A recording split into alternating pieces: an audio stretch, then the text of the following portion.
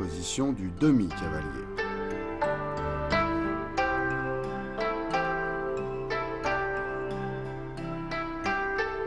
Position du pas vide.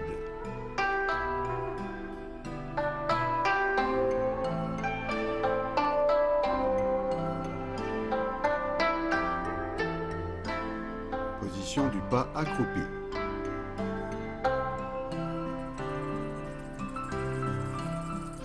Position du petit T.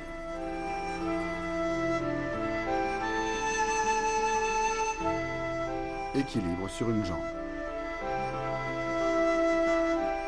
Encore une fois.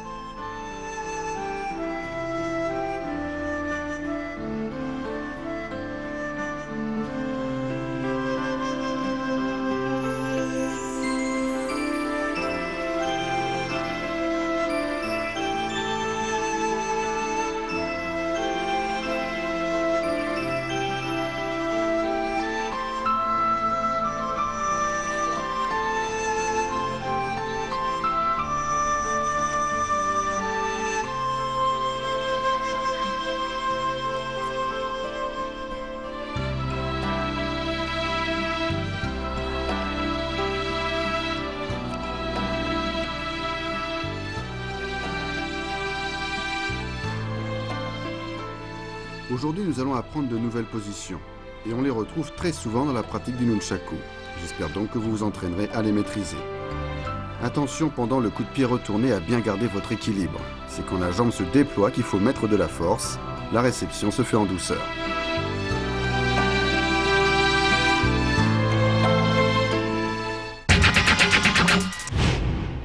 Chers téléspectateurs, entraînons-nous tous ensemble au mouvement de base avec le professeur Wang. Je vais maintenant vous parler des mouvements de ressort avec le bras. Position fixe, nunchaku dans la main droite en saisie double. On recule le pied gauche. En même temps, le bras droit se lève et la main gauche vient se placer devant l'épaule droite. On exécute un moulinet latéral.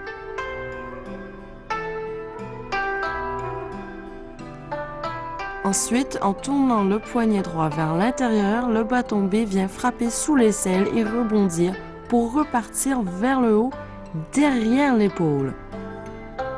Ensuite, on refait un moulinet latéral vertical.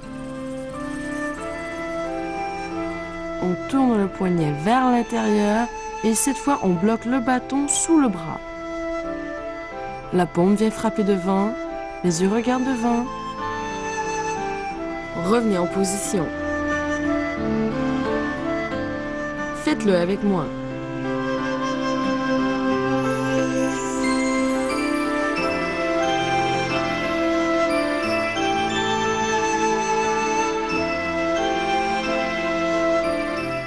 Mouvement de ressort avec les hanches. Position fixe, le nunchaku dans la main droite en saisie double. On recule le pied gauche. La main droite se lève en position de saisie sous l'aisselle. On frappe ensuite obliquement en bas à gauche. Ce sont les hanches qui font le ressort. On amène le nunchaku à la hanche droite et on lève la main droite, le bras vers l'extérieur. On fait un tour latéral vertical. On bloque le bas tombé sous le bras et frappe devant soi avec la paume gauche. Les yeux regardent devant, le menton légèrement rentré. Revenez en position. Faites-le avec moi.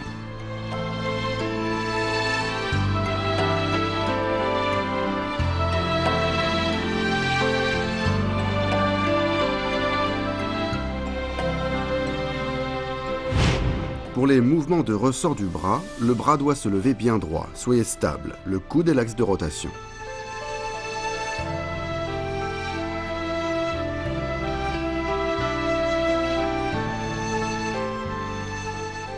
Pour les mouvements de ressort avec les hanches, afin de revenir en position de saisie sous l'aisselle, il faut faire ressort avec la hanche. Pour cela, il faut d'abord absorber l'énergie de la frappe et ensuite faire ressort avec la hanche.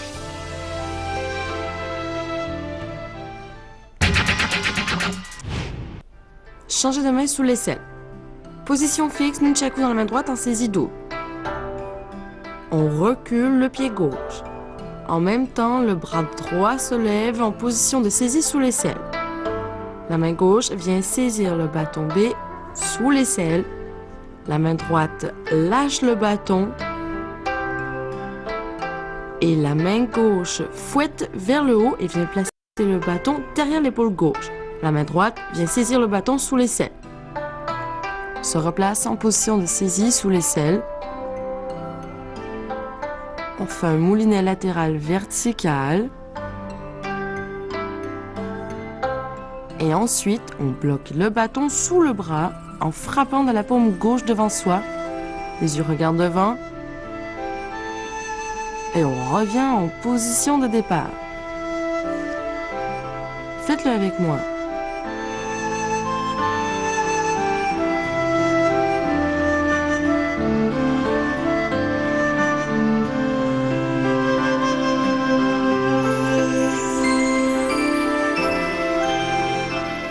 Changez de main dans le dos. Position fixe, nunchaku dans la main droite en saisie double. On recule le pied gauche. En même temps, le bras droit se lève en position de saisie sous l'aisselle. La main droite fait tourner le bâton B au-dessus de la tête et frappe obliquement en bas à gauche. La main droite se repositionne derrière l'épaule droite pour placer le bâton dans le dos. La main gauche vient alors saisir le bâton B. La main droite lâche le bâton A.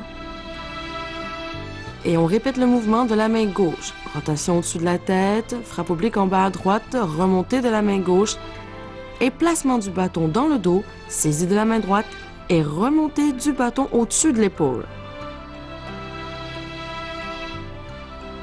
On enchaîne avec un moulinet latéral et on bloque le bâton B sous le bras.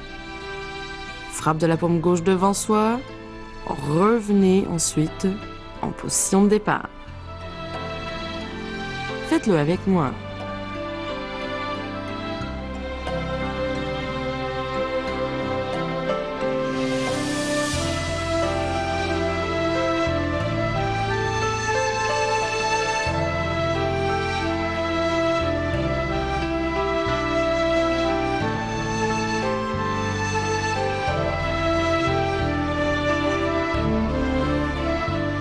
Voici maintenant les moulinets latéraux alternés.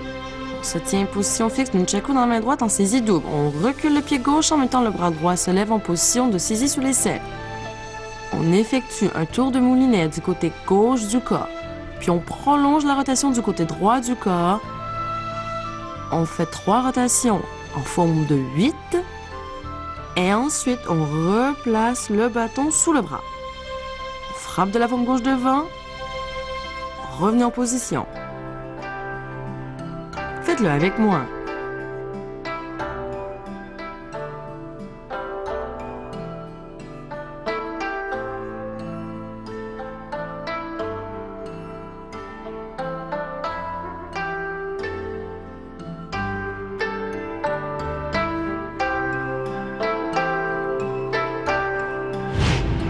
Pour le changement de main sous l'aisselle, levez le bras bien droit et pour la saisie du bâton, la chaîne doit être tendue. Pour le changement de main dans le dos, la main gauche fait faire une rotation anti-horaire au bâton alors que la main droite lui fait faire une rotation horaire.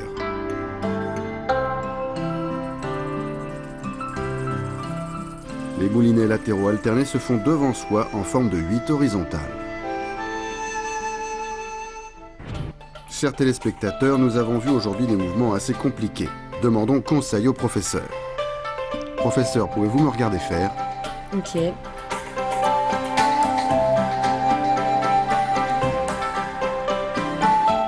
Le changement de main sous l'aisselle est un exercice pour travailler la maîtrise du bâton. Il faut lever le bras bien droit et bien doser la force avec laquelle tu saisis le bâton B avec la main gauche. Et quand on relève le bâton vers le haut, la force vient de la rotation des hanches. Vas-y, refais-le.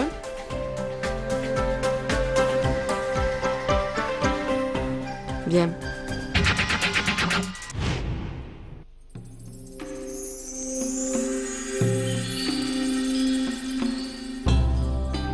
Mouvement de ressort avec le bras.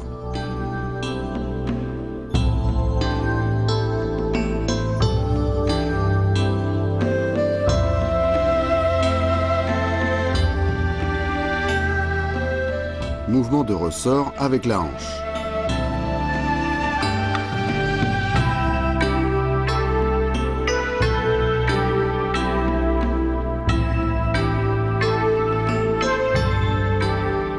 Changez de main sous l'aisselle.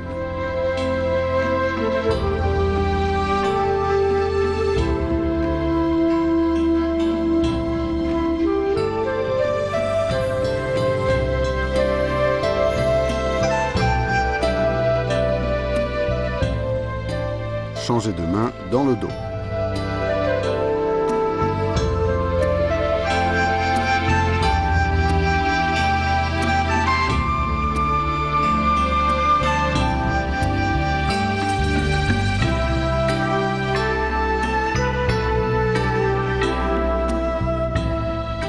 Moulinets latéraux alternés.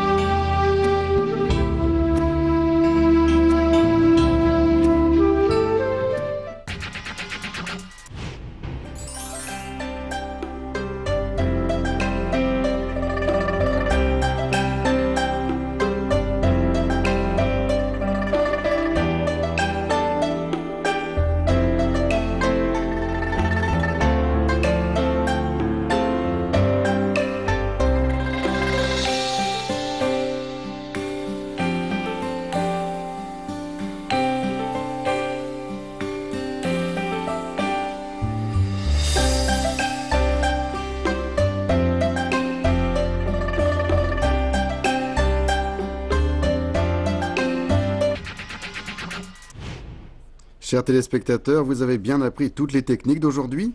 J'espère que vous allez vous entraîner sérieusement. Professeur, la prochaine fois nous apprendrons de nouveaux mouvements? Oui.